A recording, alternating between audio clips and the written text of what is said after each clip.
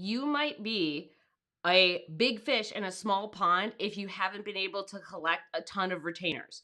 So if you're looking at your clients, everything is really small, all the projects are small, you're doing a lot of one-offs, or you're ending up with really short-term agreements, it's likely that you're a big fish in a small pond. Your clients are just too small and you didn't qualify them enough before signing a contract. So we're going to talk about how to actually get those juicy retainer clients, secrets, right, that are about those clients that you need to know as a freelance writer, freelance copywriter, freelance content marketing writer, whatever you want to call yourself.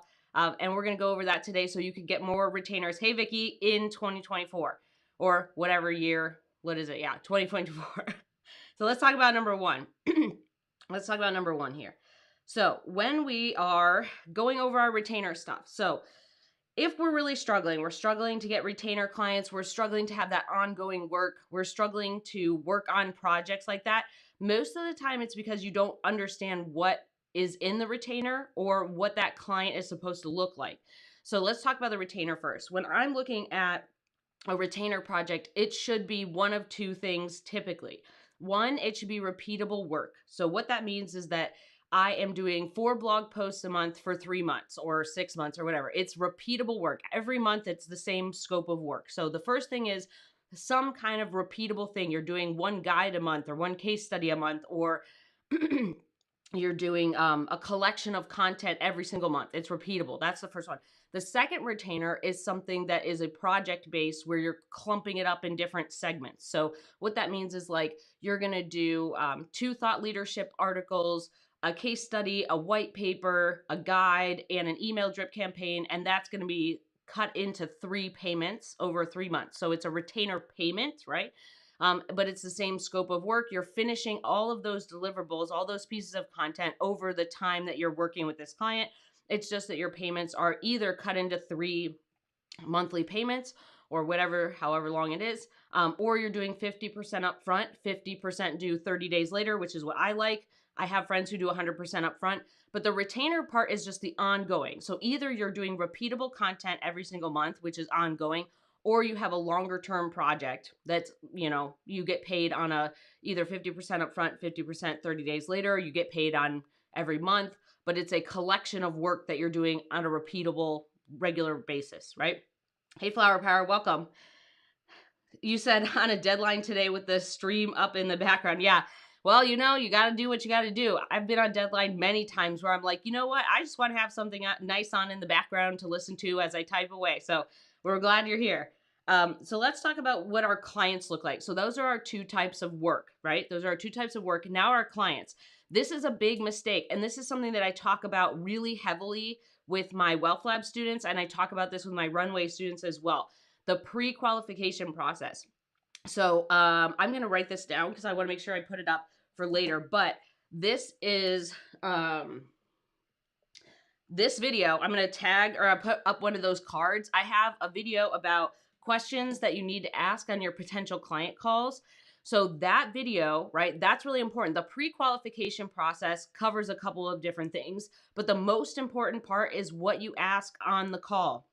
Okay, you need to ask this client, do you have ongoing work? Or like, how do we build this relationship? Or are there, do you see other projects in the pipeline for the future? Because if you don't ask that, you end up with one-offs, you end up with a lot of short-term work, and you're aligning with clients who likely, might hire you maybe once or twice a year, or maybe once or twice total. We have to make sure that we're on the same page with our clients. We're building a business with ongoing work. Sorry. Hi, TSP. We're building a business. There we go. With ongoing work, we need to align with clients who have ongoing work. So when we get on a call with a client, we need to ask them like, hey, we're talking about this project, and maybe that project is a retainer. Is there anything else? Do you have anything else in the pipeline, or are there any other projects you might need help with in the future? That helps you understand, hey, is this client just going to do this one retainer? Do they have other things they're planning for the future? What's kind of going on with their content situation? Are they executing a plan so they have a bunch of content? Or are they just kind of like getting started with content? It gives you so much deep information about what that client is thinking in terms of their own content. The other thing too is when we're doing the I'm trying not to cough. Okay. The other thing with the pre-qualification process is revenue, right? We talk about this on this live stream and in other videos, right? They need to have at least 3 to 10 million as a startup. That's your minimum viable revenue. They likely have more than that. Or at least 5 to 50 million as like a traditional mid-sized company. So those revenue ranges are to make sure that you're aligning with clients who typically do more work. And that's just to start. Most of your clients will likely have either, if it's a traditional mid-sized company, they'll probably have like 25 to 100 million. If you're like in a science field, they typically have like 100 million plus because they have to build out the lab and it's a whole thing. But if it's a startup, they could have 20 to 50 million in funding. They could have 30, like 3 to 10 million for a startup is like the minimum amount of revenue or funding they need to actually spend good money on content. I actually want to have quality content, want to have long-term arrangements, and want to make sure that content is done well. Same thing with those traditional mid-sized companies. Most of your clients will be probably in the 20 to 50 million range for a traditional mid-sized company. It could be up to 75 or 100 million in revenue. But that's the thing is those types of clients, the reason we're going after them is because they typically have long-term work. They want to have ongoing content and they want to farm that out to the right freelance writer, freelance copywriter, whatever. So we're doing that pre-qualification process by revenue. And then we're doing the second one on our call with them and making sure that we're asking like, hey, what else is in the bag? Like, what else are we working with here? Because we want to, hi Purity, welcome. We want to make sure that we're kind of aligning with the right ones. And the deal here is like, it should be an alignment. Like, think of it as that you are playing the same sport, right? It's not like you're shaming them or doing something mean or, being like, oh, your budget's too small. It's literally that you're just not playing the same sport. And that's fine. They can either do the work themselves or find somebody else. They're just not your client. So instead of thinking about it as like a way to kind of beat yourself up, you should think about it as a way of like, hey, this revenue range and the questions that I'm asking on this call are here to make sure I'm getting the right clients and I have retainers and I have ongoing work and I'm actually kind of getting with the clients who kind of are on the right level.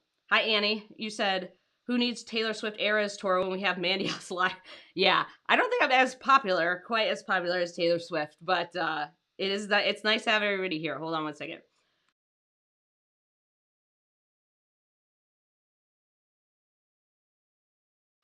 I just dropped my drink on the ground. Luckily, it has a cap because otherwise it would have been chaos.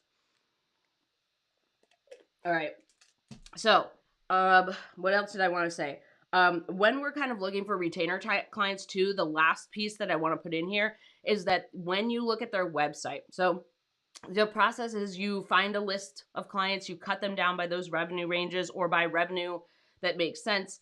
And before you get on the call, before you send an LOI, oh, you said Vicky made a good comment. Vicky says, "Yep, sometimes the little bootstrapping startup is that way because it matches the product they're offering in their target market." Yes, that's totally true. So when we're kind of cutting things down by revenue, we have our list of clients, we cut by revenue. We are looking at their website and their content and social media before we send an LOI. So when you look at that website, you can already tell that client is creating ongoing content, right? There's a drive, an internal drive from that client to create that content on their own. And there are little holes. So what you end up seeing with these clients, and this is something that I think is a really good way to identify good ones who would need ongoing content, is that they were creating ongoing content and it just like stopped. So you can see that they created case studies or white papers or blog posts or articles or thought leadership or guides or downloads or whatever, and it just stopped. Whatever has a date on it, you can tell that they haven't revisited that in a while, right? So that's something where it's like they were creating ongoing content, but they got busy or something happened, or they're like, oh my gosh, we need to put a strategy in place and now we need help and no one has time. That's a really good indicator that they're going to need ongoing content because they were already doing it and they stopped. And usually it's because everybody got busy. Everything, they got busy with other stuff. So they were trying to do all that content internally. And if you show up with your LOI after looking at their website and you're like, look at all the holes, right? Look at all the things that they've stopped creating, or look at all the places where they could have done a better job with content, or, look at all these things that they if they just, rewrote the content, they would get way more leads, sales, subscribers, downloads, likes, shares, comments, whatever. So we're looking for that stuff too. So there's lots of things that these high paying freelance writing clients, freelance copywriting clients do where they make mistakes, or they say certain things on calls, or they have certain revenue, or they have certain habits that we're looking for. And I think the other thing too, but beyond the website, if I'm looking at a copywriting client, I'm looking at how old is that sales page? Does that sales page feel dated? Does it feel like it actually captures the product they're talking about? Is the email drip sequence I'm getting, right? Like I sign up for their email list because it says subscribe. I look at their downloadable. I look at their website. I look at their landing pages. I look at their email drips that come in. Is that fresh? Is it something interesting? Does it feel right? I'm evaluating where are the holes as a copywriter. I'm looking for, like, is this really something that's going to drive lead, sales, subscribers? Is this something that's going to do something, right? Because the difference between content marketing and copywriting is like the sales thing and the action, right? The content marketing is more educational. It's more how to, it's more like we're kind of top of funnel, like we're kind of getting people in to the content train. And copywriting is like more middle of funnel, bottom of funnel, where we want to take someone through an action, right? Purity says, what should I do if I only have one spec sample in my niche, but no live samples from previous clients? So Purity, I'm wondering, do you just have a sample because that's the only sample, or because your other clients won't let you share your work? Because there's a couple things we can do if your clients won't let you share your work, is go back and email them and say, hey, I won't put this clip on my portfolio publicly, but can I at least share one of these things through email just with a potential client so I can show them that I can do the work? So that's one thing. Go back to your potential clients. And this applies if you have like an NDA or a ghostwriting agreement. We just don't want to make it public. We just want to make sure that we're sending it via email, just like one, so that potential client can see kind of where we're going. So there's that. Two, we have to work with what we work with, right? Like that's all we have. So when I was starting Purity, I had nothing. I had nothing. And I just like, that's just where I was, right? I had no clips, no clients, no nothing. Everybody starts there. Everybody starts with no clips, no clients, no nothing.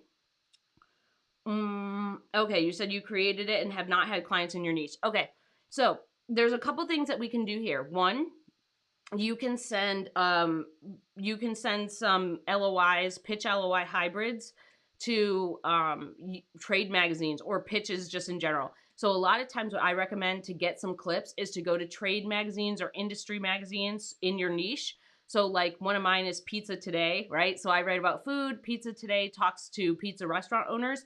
If we can send them an LOI or some pitches, that way we at least can get clips in that niche. And trade magazines are a lot easier to get clips in because they typically don't get pitches and they're a smaller staff. So they're usually looking for freelancers and they have their own internal editorial calendar. So they typically are like, yes, you can write these pieces. So I feel like a lot of times going to trade or industry magazines, like small publications, online publications, are a really good way to get clips if you're worried about having clips. But the other part of it is that when you're sending those LOIs, even if you don't have clips, if you write your website and your LinkedIn really great, like you do a fantastic job with that, that can serve as a writing sample, right? That's something where it's clearly pulling clients in, or it's interesting them, or you're showing your skills and you're like, hey, I'm moving into this field, right? So if someone asks about clips, you say, hey, I don't have clips yet because I'm moving into becoming a freelance writer or freelance copywriter. I previously worked at these places, and I feel like I'm going to leverage ABC skills by becoming a freelance writer, and I'd love to talk to you about working with you. There's always a way to kind of slant this, and this is something that we go over pretty heavily in the Wealth Lab and Runway, is like how to switch niches, or how to take your full-time experience and move it into freelance writing, or how to explain why you don't have clips, or like what you're leveraging, right? So it's not that you have to have these hundreds and hundreds of samples, right? We all start with nothing. So what we need to remember is that we have certain skills that we're bringing with us, whether that's just skills in general, skills from a full-time job, skills from being a homeschooling parent, or whatever. There's always skills that you can bring to the table, and there's always someone who will take a chance on you. Like, this is something that I learned over the years, where like I was trying to move into different niches, and someone along the way, if you're sending your LOIs, those letters of introduction, if you're sending pitches to trade magazines or regular newsstand magazines, someone will answer, someone will work with you, and you'll get some clips. So start with the trade magazines, send some pitches or LOIs to them. And then you can hopefully get some articles there in your niches, like pick trade magazines that cover your niches. And then the other thing is that we need to make sure our LinkedIn profile and our website are written really well. And then we need to come up with like, what skills do we have, right? Why are we getting into freelance writing? What are the good things we're bringing to the table? How are we helping our clients? All of those things combined, they have it encourages clients to work with you. You have a lot of things to offer them, and it's something that isn't like, here's my portfolio, right? And I also want to make sure I tell you, Purity, that I still get turned down. Like there's still times where I'll send someone my clips from my portfolio and they'll be like, nope, this isn't right. So even though I have hundreds of clips, I still get turned down. It's just a matter of like, is this a fit for the client? So a lot of times writers have this misunderstanding that, and especially this is retainers too, right? Is like, in order to get retainers, you need a huge portfolio, or in order to get attention from retainer clients, you need all this stuff. You don't. You don't. There's a lot of times where even like people who have been doing this for a while, they get a no. That's what happens. So it's really more about building from where you're at, building with what you've got, highlighting your skills, doing a good job writing your public facing content, your LinkedIn and your website, doing a good job with your LOIs, getting those clips from smaller magazines where you can pitch ideas, or you can do an LOI pitch hybrid and hopefully get a story in there. But yeah, like we all start with zero and we all kind of, we build from there. Purity says, thank you. You're welcome. You're welcome. Jessica, what's up? I haven't seen Jessica in a while. Jessica says, I think it's easy to forget that we all started from nowhere. It's part of the process. Yeah.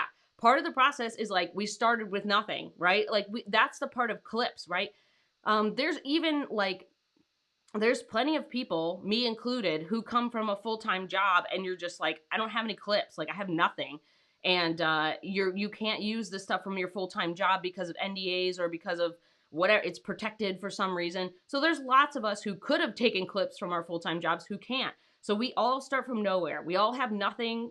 That's one of the unique things about freelance writing is like, we most of the time, right, we're submitting clips to people, but we all start with 0 clips. So we got to get some, right? We all start from nowhere. Hi, buddy. It's good to see you. I haven't seen you in a while. Jessica, just so you guys know, Jessica is one of my Wealth Lab / Runway students. She's like our tools genius. Like anytime I have a tools question, I'm like, Jessica, help. She's so smart. She's in legal tech and like law stuff.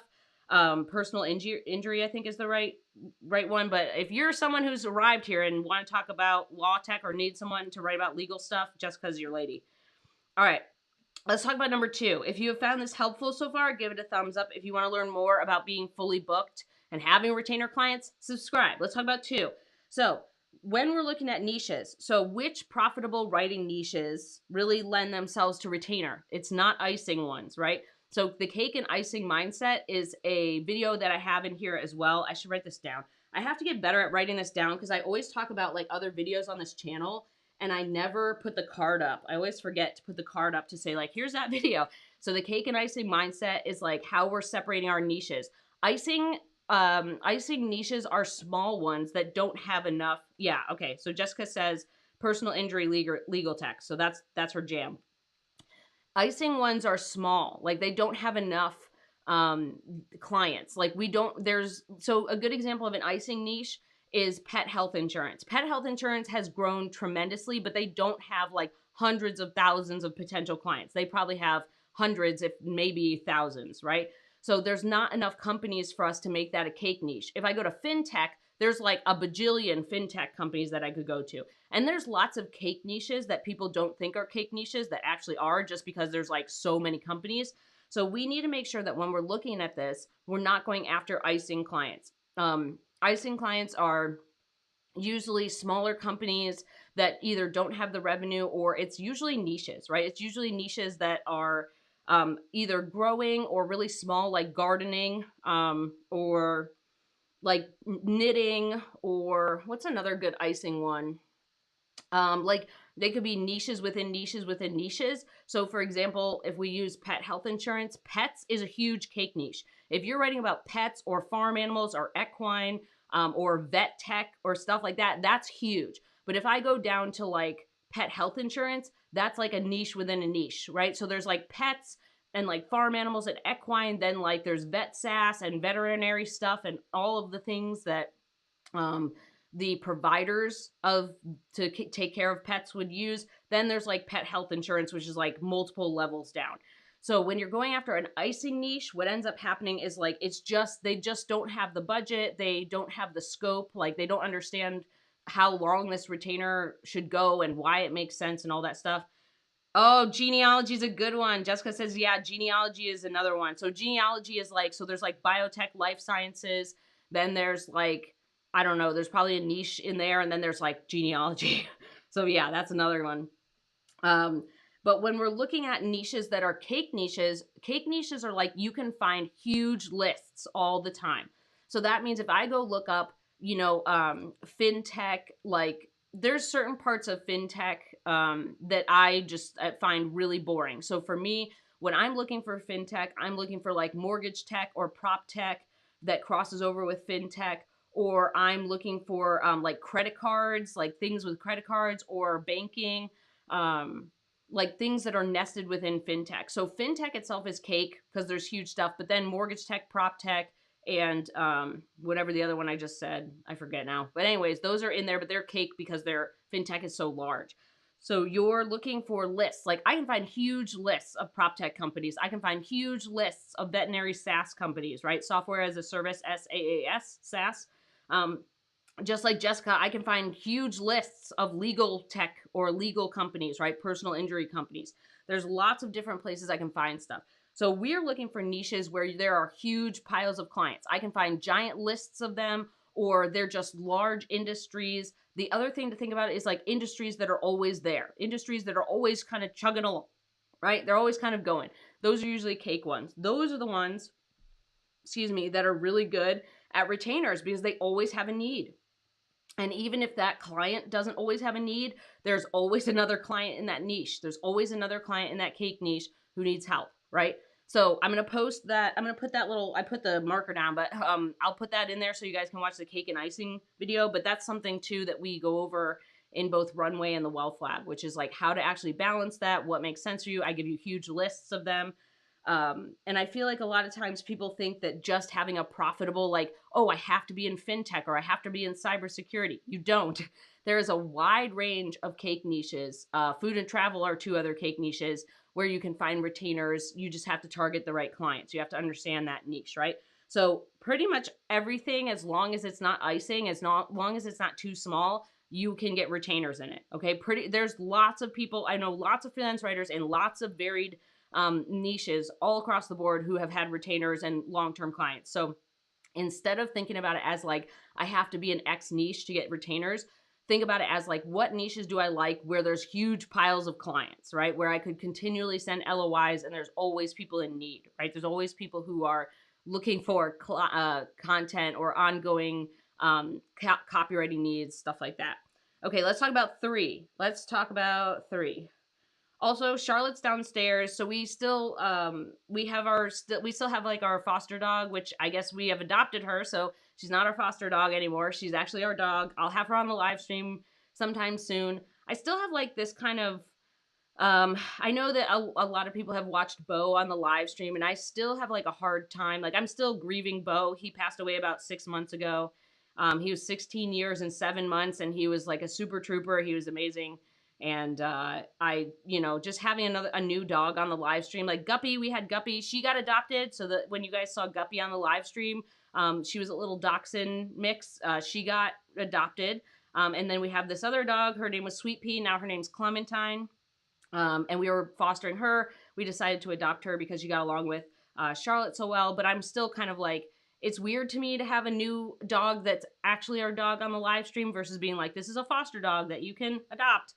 So Guppy got adopted. So she went to a wonderful family who wants to sit on the couch and eat popcorn and watch movies together and snuggle. And Guppy was a huge snuggle bug.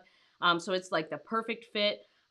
This Clementine that we adopted is like the perfect fit for Charlie. They get along so well.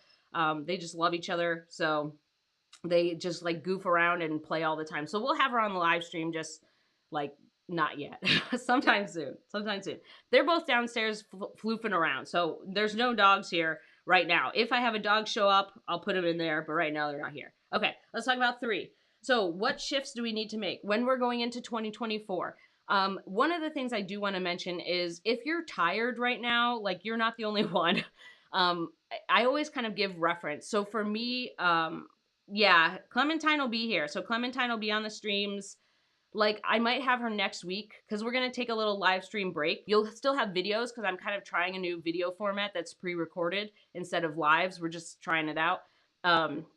But yeah, so I might have Clementine next week for everybody to see. Where was I going with it? So I always kind of give reference to this. 2021 was way harder than 2020 for me. 2023 has been way harder than 2022. So for me, I always kind of give reference like if this has been a tough year and you're tired, that's okay. If you want to make your plan for 2024 after you have some time off, go for it. If you're like, I'm ready to go, I'm ready to make a plan, this part is for you. If you want to save this for later, do it. I always kind of make sure I say that because I feel like people are like, oh, I have to plan for the next year now. No, you don't. No, you don't. It's okay if you've had a hard year. It's okay if it's been tough and tiring and exhausting and draining and all that stuff. So what shifts we're making for 2024 to make that plan so that we have more ongoing work, so that work is more lucrative, and so that we have these better retainer clients, right? You need to look for those things. We need to cut them by revenue. They need to have enough revenue. If you're looking at clients and you're like, seems like they're not creating a lot of content, that can either be a good thing or a bad thing. So if they're not creating a lot of content and you see that over and over again. So for example, if you're looking at startups that let's say they make 15 million, they have about 15 million in funding and all of them are not really creating content and all they have is a one-page website, they're not a good fit for content marketing services or copywriting. They're basically just trying to get the boat rowing, right? If I'm looking at revenue for mid-sized companies and they make 20 to 50 million or 20 to 30 or 20 to 70, well, probably like 50 to 75, and I see that they've been creating content, but it's not consistent or it could be better or it's jumpy, like there's a lot of random content all over the place. Like first they did a guide, then they tried this, then they tried this. There's no consistency. That might be a good client for me to reach out to. So a lot of it comes down to pre-filtering that part, right? Of your making sure they're creating content, making sure they already have that internal drive to create content because that means you're already aligned that everybody's creating content. The next phase is you're sending the LOI, right? And then when you get on a call, you're asking them those questions. You're sussing that out. Is there ongoing work, right? We're listening to their project. We're listening to what they need help with right now. And then we're making sure to ask them what else is in the pipeline. What other things can we,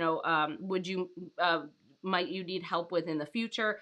Sussing that out on the call is really important to make sure you're aligning with the right clients, okay? So yes, we can pre-filter through their website, through revenue, through sending the LOI, through who we should get on a call with, but there should be some consistency. I think this is something that gets missed a lot is like they should be creating some kind of consistency in their content, or there should be some kind of holes where they really tried to be consistent and just kind of fell apart.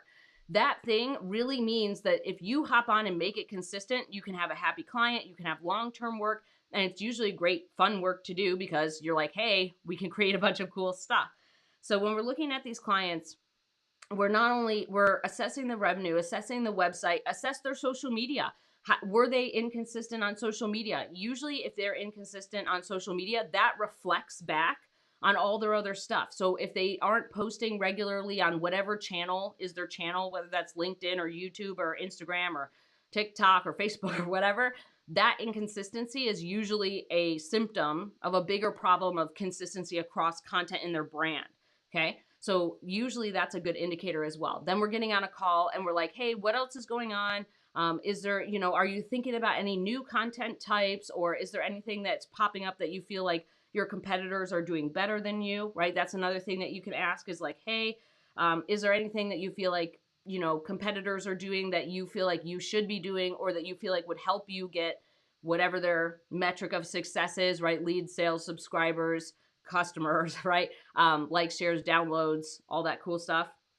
So those are things we ask on the call. Then the other thing too is the end part. So the end part is like, let's say the retainer ends and they're like, you know what, right now we either don't have the budget or we're pausing content, or we are changing gears and we're switching to a different type of thing. We're going to try paid ads instead of content.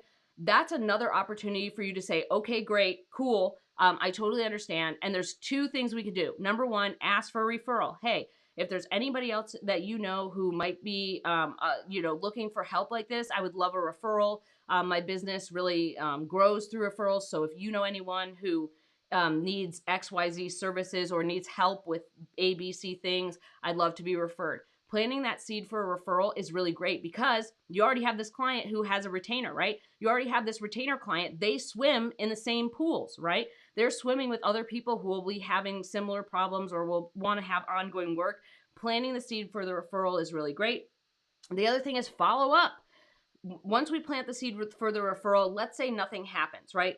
I usually, like, if something happens and they're like, right now we're pausing content, follow up in 6 months. Go back and say like, hey, we talked before, you were pausing content.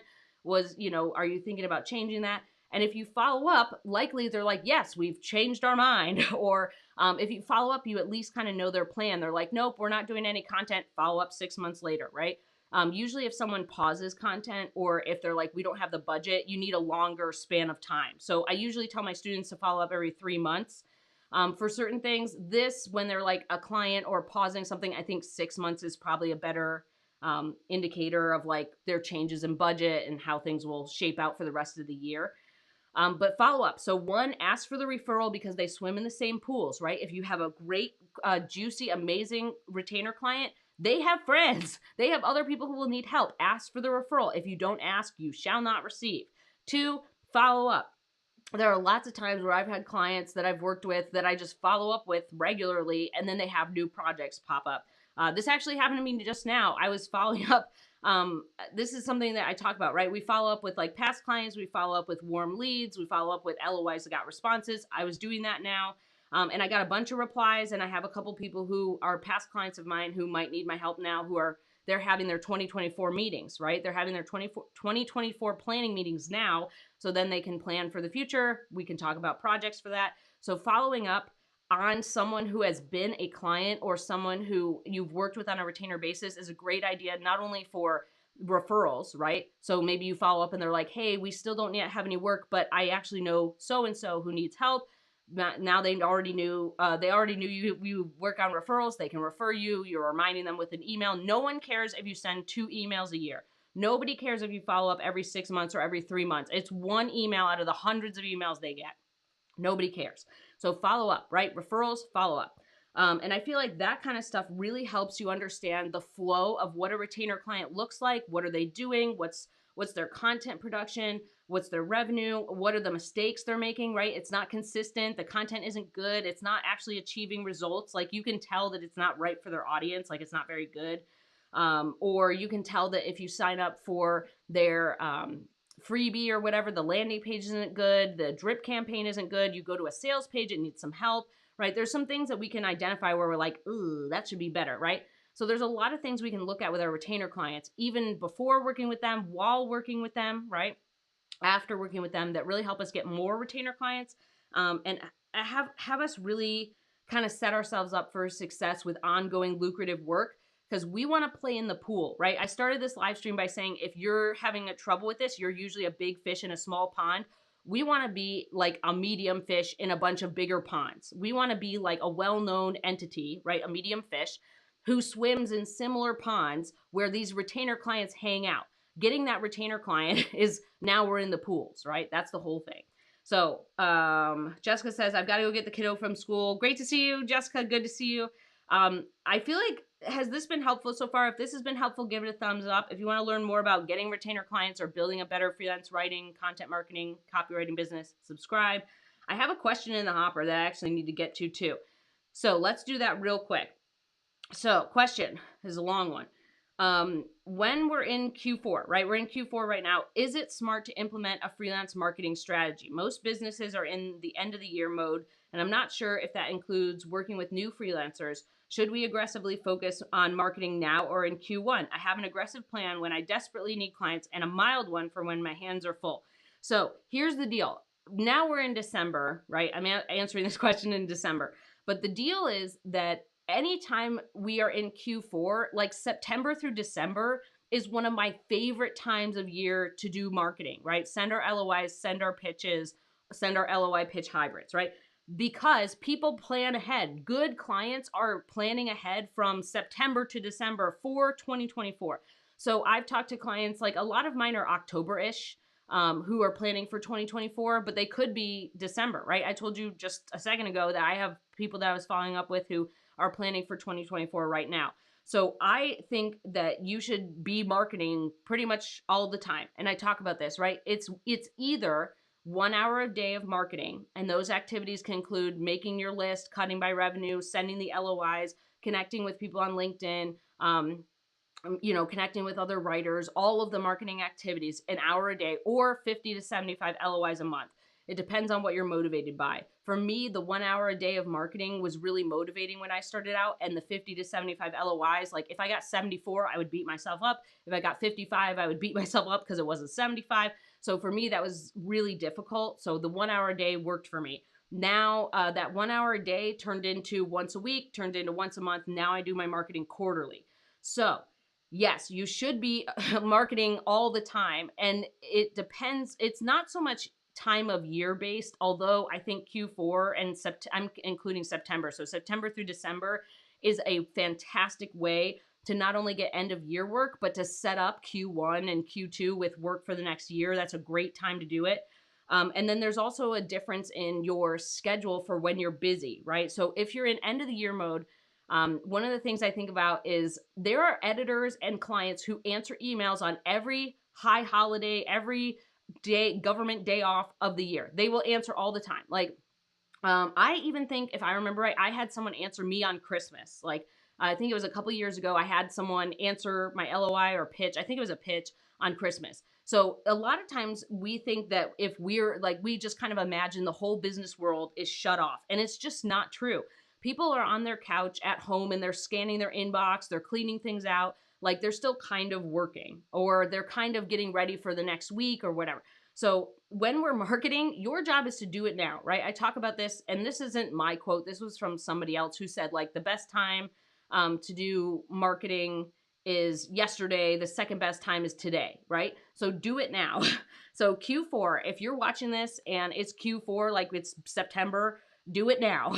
So you should always be marketing, but when you're busy, right? So you kind of go through this shift, 1 hour a day. Okay, now I've got a bunch of clients. Fine, once a week. Now I'm so busy, you got to do it once a month. And then if you are booking a calendar that's 3 months out, or you're booking a calendar that's 6 months out, then you can switch to quarterly. So your marketing will depend on like your current work schedule, right? How much work do you need? How much work do you have? And then it'll also depend on like how far you are booking out in your business. So it's not that like everybody shuts off and they don't answer. Your job is to plant seeds all the time. You don't know when those seeds will come to fruition. You don't know when those seeds will bloom, whether that's 6 months from now or yesterday, today, sorry, yesterday.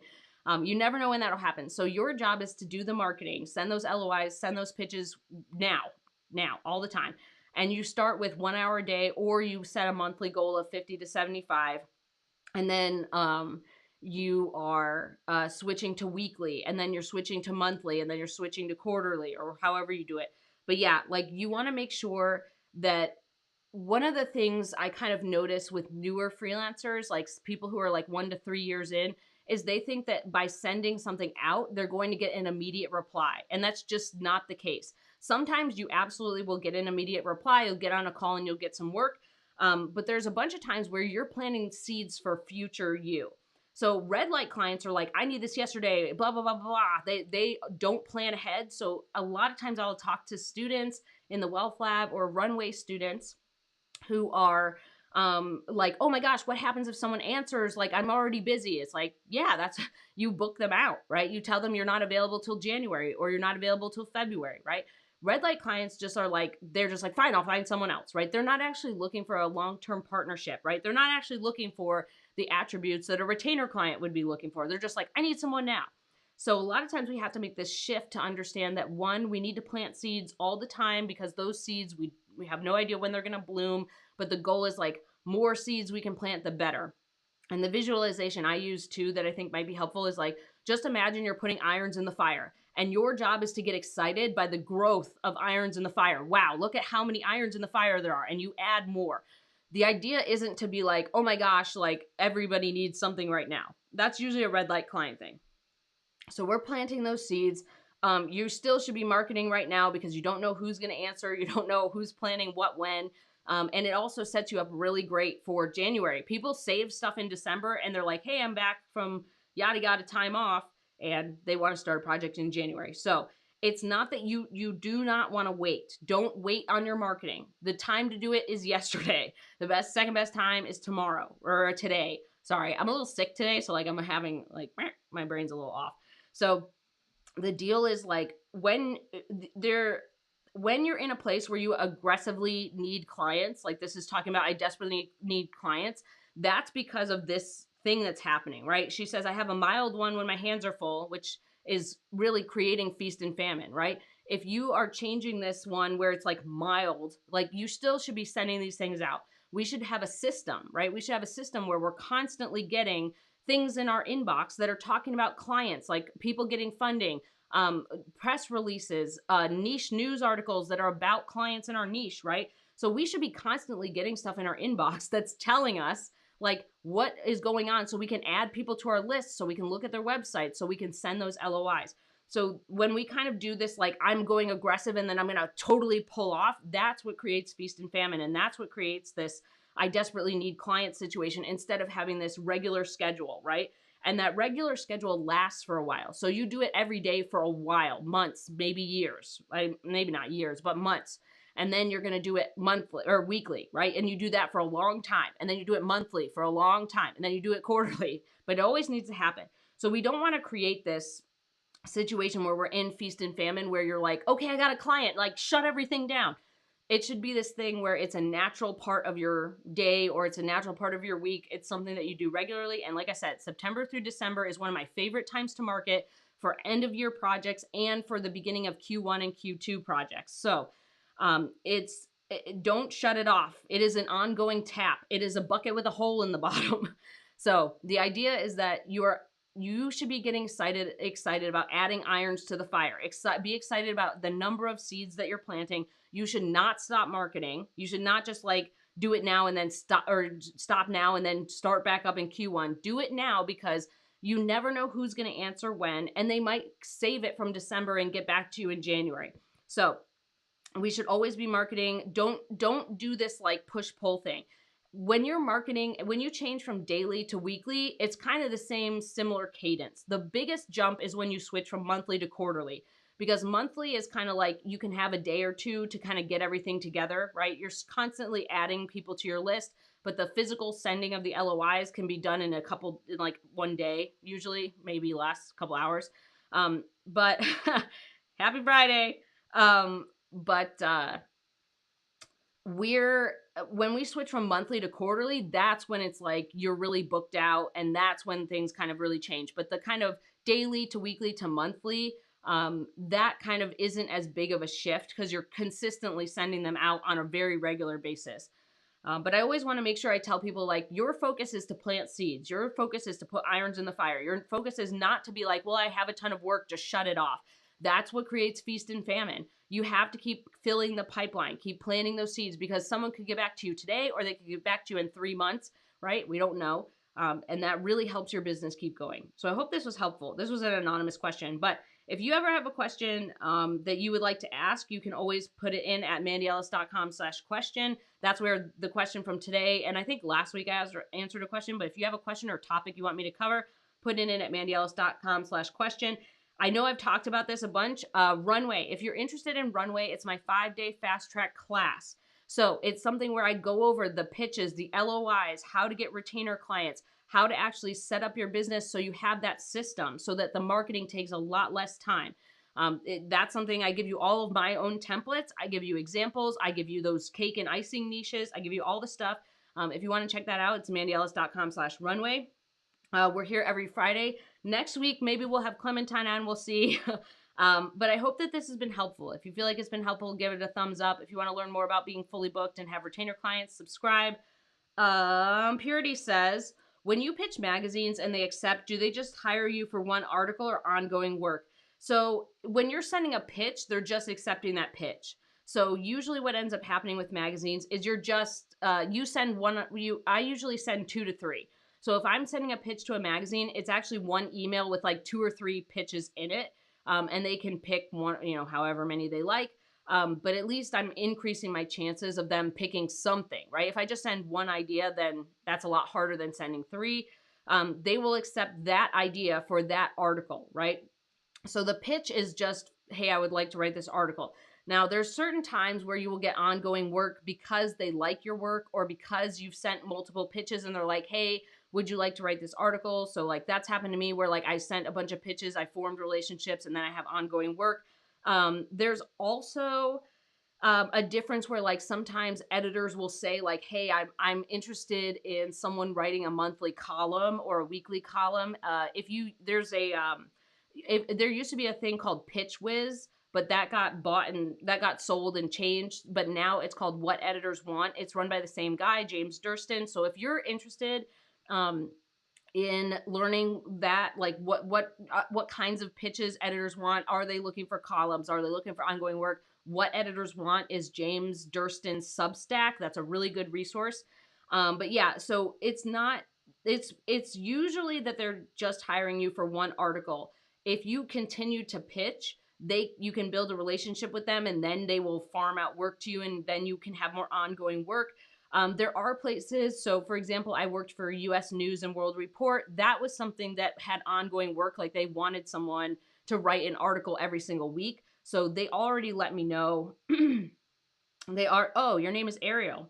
Well, Purity, would you like me to call you Ariel or Purity? I'm happy with both, but let me know. So yeah, so the ongoing work is like a set expectation. Sending a pitch is just for that article, but sending the pitch to the magazine can lead to ongoing work through building a relationship, through sending more pitches, through them trusting you to do a good job and farming out work to you. Like they have an article, they're like, hey, will you write this? But the best way to do it is kind of figure out the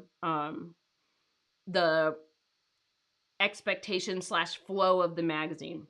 So you can also find this out by looking at author bios. So go through the magazine and look at like how many articles has this person published? Is it every month? Is it every week? Is it at random? That will also tell you like who's has ongoing work. Does this magazine do ongoing work? Do people have weekly columns?